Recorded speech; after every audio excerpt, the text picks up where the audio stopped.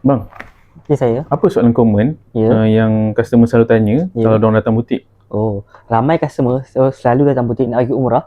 Diorang selalu tanya soalan yang sama lah. Saya tengok pattern dia. Apa barang yang wajib saya bawa? Sebenarnya, pada semua jemaah, lebih-lebih bagi jemaah yang first time nak pergi umrah, jangan tanya apa barang wajib bawa. Kita kena tanya apa barang, fungsi barang yang kita nak bawa. Sebab barang-barang ni kita akan pecahkan dia kepada fungsi-fungsi dia. Contoh, barang ni untuk ibadah, barang ni untuk selesa kita, barang ni untuk emergency, barang ni untuk pakaian, barang ni untuk skincare. So, semua barang tu ikut keperluan kita. Jangan kita ikut orang. Jadi, kenapa kena tengok pada fungsi barang? Sebab kita tak nak kita overpacking dan juga kita overspending sebelum kita pergi umrah. Sebab kita nak kena jimat untuk jaga duit kita supaya kita boleh berbelanja dengan lebih banyak masa umrah nanti. Jadi, kepada semua jemaah umrah yang nak pergi umrah, jangan tengok orang lain. Kalau nak packing barang, tengok kepada fungsi barang, bukan tengok pada apa barang yang wajib kita bawa. Jadi kepada semua jemaah umrah yang nak pergi umrah, boleh walk in ke butik Almaya, Wang Semaju. Assalamualaikum.